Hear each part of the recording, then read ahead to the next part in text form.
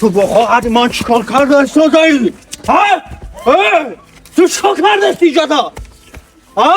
تو کاتی خواهر من چیکار کرده سی؟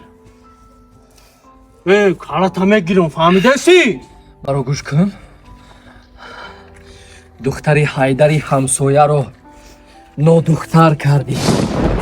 با زنک شودار خانه اش داخل شده با ناموسش دست درازی کرده ای.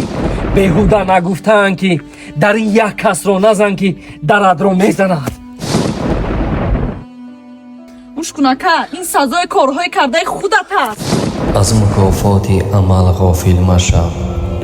گندم از گندم بیروید جوز جو. تماشابین عزیز امیدوارم که این رولکی کوتاه برای شما قابل قبول گردیده است. از این خاطر لایک، کامنتار یا پادپیساسیا رو برای پیشروی کاری ما فراموش نسازید.